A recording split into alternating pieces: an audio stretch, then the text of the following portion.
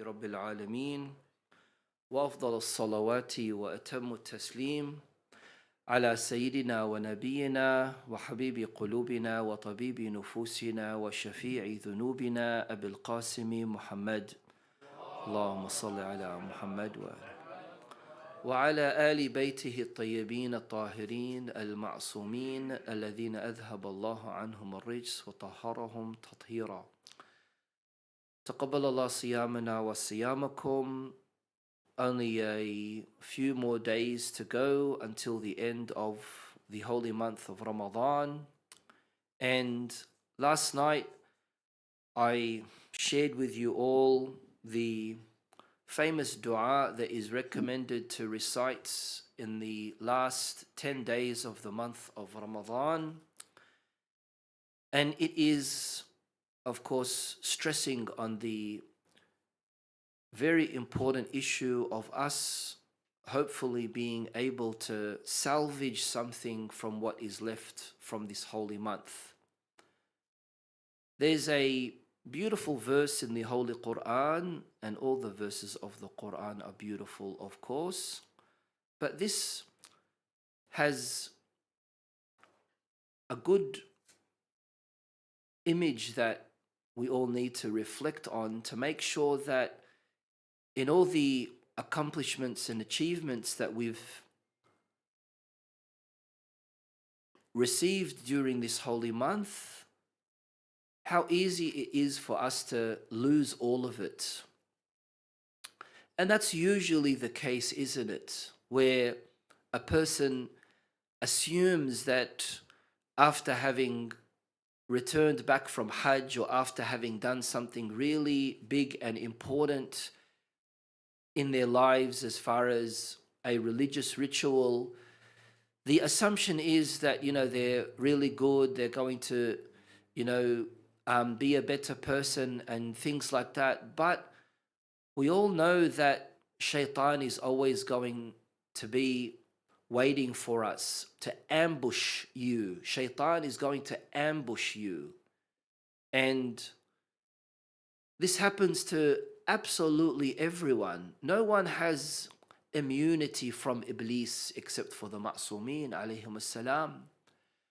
And therefore, as difficult as it may be to build something, it's always the case that it's easier to destroy it than it is to build it. وَلَا تَكُونُوا, as the verse in the Holy Quran says, Bismillah ar-Rahman ar-Rahim, وَلَا تَكُونُوا كَالَّتِي نَقَضَتْ غَزْلَهَا مِنْ بَعْدِ قُوَّةٍ أَنْكَاثًا. This verse is speaking about a lady in the pre-Islamic Jahiliyyah period who used to have a lot of slaves. And she was not a very nice lady. She would get her slaves together, she would bring her slaves together, and she would give them yarns of wool. She would give them yarns of wool. Do you know what a yarn is? Ahmed? Nido? Do you know what a yarn is, Ya Ali? Yeah, you know those things that you see in spotlights? Kinani, if you've never heard that word in your life, haven't you? You have? What is it then? The thing that I just explained, huh?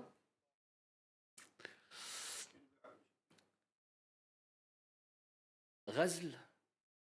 Ay. So this yarn takes a lot of time for her to prepare. It takes a lot of time for them to prepare, not her. And they're preparing the yarn, they're cleaning the wool and getting it all ready and bringing it all together and spinning the yarn, right? They do this the whole day, and in the evening, she says to them, now you have to open it all up. Now you have to break the yarn into pieces. Why would she do this? Why would she waste their energy in doing all of this, getting her bondswomen and her slaves and everyone to do this spinning of the wool, this nasj of the wool, and then after that she asks them to destroy everything that they've done. So here this verse is in reference to this lady reminding people that it's very easy for you to destroy something after having put so much effort in making it. It's difficult to spin a nice yarn of wool, but it's also at the same time, it's also very, very easy for you to break it away and for you to destroy it. Her name was Rabita or Ra'ita, and this verse is speaking about that mentality that unfortunately many of us have. Maybe not for bad intentions. Her intention was not good. She was sadistic probably in that sense, but maybe our intentions are not bad, that we really did spend Shahr Ramadan focusing on ourselves, wanting to build ourselves, wanting to develop ourselves, wanting to fight against our nafs. We did spend Layal al-Qadr with absolute ikhlas and sincerity, and we learnt a lot of things during the month of Ramadan. But what about post-Ramadan? How about after Ramadan? We don't even need to say after Ramadan. Anywhere you go, on Eid al-Fitr day, you'll be able to evaluate who's really accomplished something or who hasn't. Especially on our sisters' side, with our akhawat, who, for whatever reason, they don't observe the correct requirement for hijab. That because it's a happy day, they think it is also a green light to apply makeup and clothing that would not be something that is Shari'i compliant. We all have a responsibility, but our biggest responsibility is preserving what we put a lot of effort in picking up on. Wa alaikum assalam wa rahmatullah. This is really, really important. The continuation of this ayah that Allah subhanahu wa ta'ala says, and this is in Surah Al-Nahl, وَلَا تَكُونُوا كَالَّتِي نَقَضَتْ غَزْلَهَا مِنْ بَعْدِ قُوَّةٍ أَنْكَاثًا تَتَّخِذُونَ أَيْمَانَكُمْ دَخَلًا بَيْنَكُمْ. This is really important. How have you picked up on that faith that you have? Is it still superficial, or has it really entered deep into the core of your nafs? Is your faith, is your iman shallow that it is easy to break, it is easy to infiltrate? It's unstable. When you're with your family, mashallah alayh, very pious, very religious, they'll say, هذا angel على الأرض. When you're at university, you're a completely different person. I did this once, and I said to a bunch of young adults, the way you act in the Husayniyah, in the masjid, and the way you act at home, and the way you act at school, or the way you act at uni, or the way you act at work, is it all equally the same, or is it different? This is where we can start to realize that there are some very bad, dangerous traits, very bad, dangerous sifat, that if we are not cautious and careful, we fall into them. Being a two-faced person, having a shakhsiyah, having a personality that's two-faced, developing the trait of nifaq. And these kind of things don't spontaneously happen. They creep up onto you gradually, slowly, because of your lack of concern in how you need to rabbi yourself. Okay, the responsibility of tarbiyah falls on the parents. But what happens if the parents are too busy with mortgage? What happens if the parents aren't concerned? What happens if the parents are too occupied with other things? What happens if the parents trust you and say that, well, you're mature enough to be doing your own thing? This is why we have to take it upon ourselves to make sure that we are more responsible and accountable for what it is that we're doing in every single aspect. Even when it comes to something like someone was saying that they're in their mid-20s, they said that they've never heard of Zakatul Fitra before. He's living under his father's roof, didn't even tend to want to find out what zakat is, or what sadaqah is, or what giving charity is. There's a saying,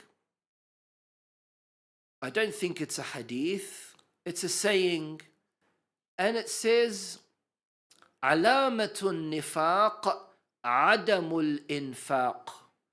The sign of, who's going to translate it? You good with translating, Nito, or how about you, Maui? No? Mr. Translator, don't make a mistake. Like, tkhajinna in front of everyone. Say it again. Why did you forget? Alamatun nifaq, the sign of adamul infaq. Giving away, yeah. Because nafaqa and nifaq both come from the same root word, nun fa qaf, by the way.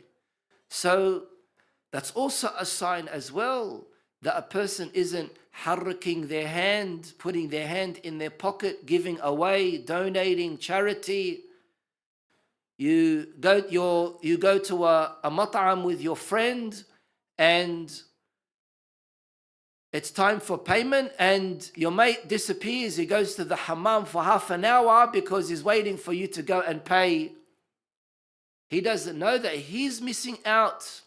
He's missing out. Yes, he's bakhil, but he's missing out because we have in our riwayat from Ahlul Bayt alayhim salam, al-it'amu sadaqah, that feeding other people is sadaqah. And sadaqah doesn't need to be given only, sadaqah mustahabba, doesn't need to be given only to a poor person. It can be given to a wealthy person as well.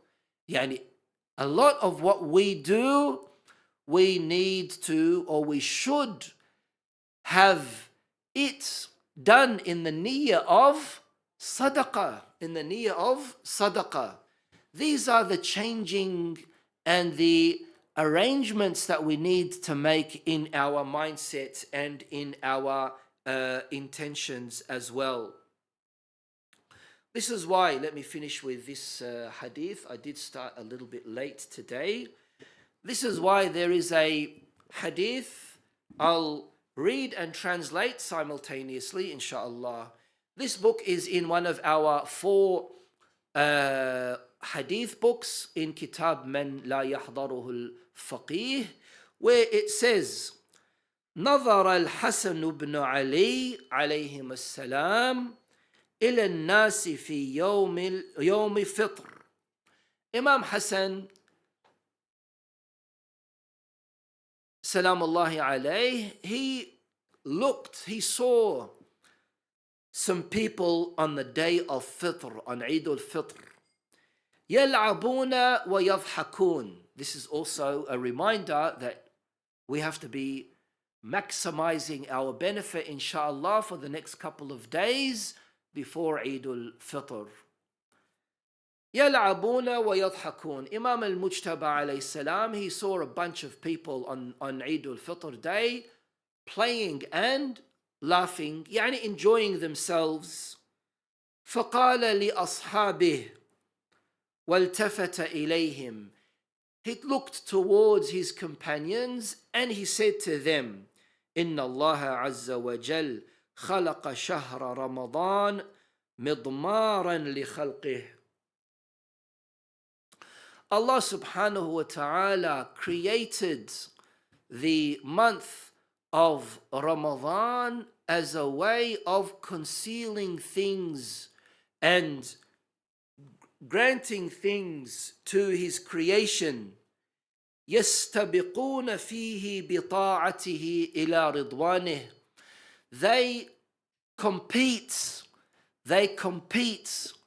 for the sake of doing acts of worship in obedience to God and wanting to gain his satisfaction and please God.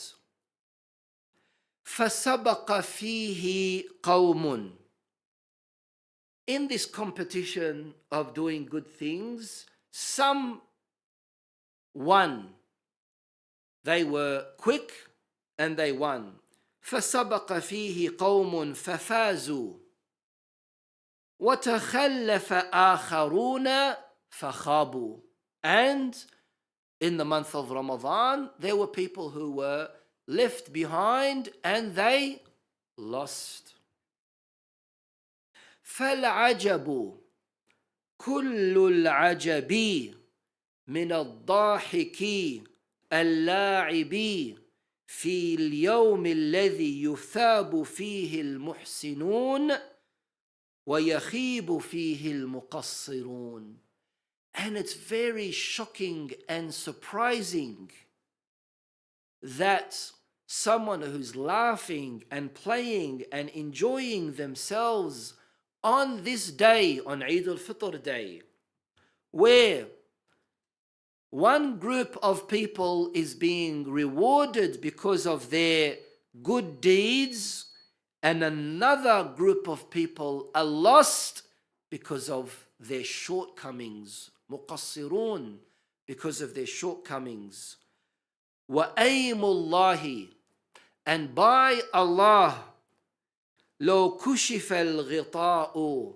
If the veils were removed, لَشَغَلَ مُحْسِنٌ بِإِحْسَانِهِ. Instead of this person playing and laughing on Eid al-Fitr, this person, if he knew the reality of how things were, this good person would continue doing good. وَمُسِيءٌ بِإِسَاءَتِهِ. And this bad person would also see the bad of what it is that he did. This is why Eid is not going to be for everyone. Eid is for someone who really cleansed themselves in the month of Ramadan. Eid is going to be for someone who really accomplished something in the month of Ramadan. Alhamdulillah, yes, we live in a country that is not Islamic. We live in a country that we are a part of, and we're very happy here, but we also have a responsibility. Inshallah, when you have your own children, you'll also be worried and concerned in making sure that they pick up on the beauties of this holy month and make it a part of their identity. That is really, really important. There are many, many people that I'm sure all of you know that say that they're fasting, but when they're away from their family, they eat, they drink, they do everything. We have to learn that all of these things are to our benefit. We benefit from all of them, which is why it's really important for us, inshallah, to pick up on whatever we're able to in the next couple of days, and then keep up to these standards after Ramadan. Not like spinning yarn and then destroying it. No, we want to keep that yarn until, inshallah, next Ramadan. And next Ramadan, we will improve more. And the Ramadan after that, we will improve more. We don't want to regress. We want to always progress. Walhamdulillahi Rabbil Alameen. Wassalatu wassalamu ala Sayyidina.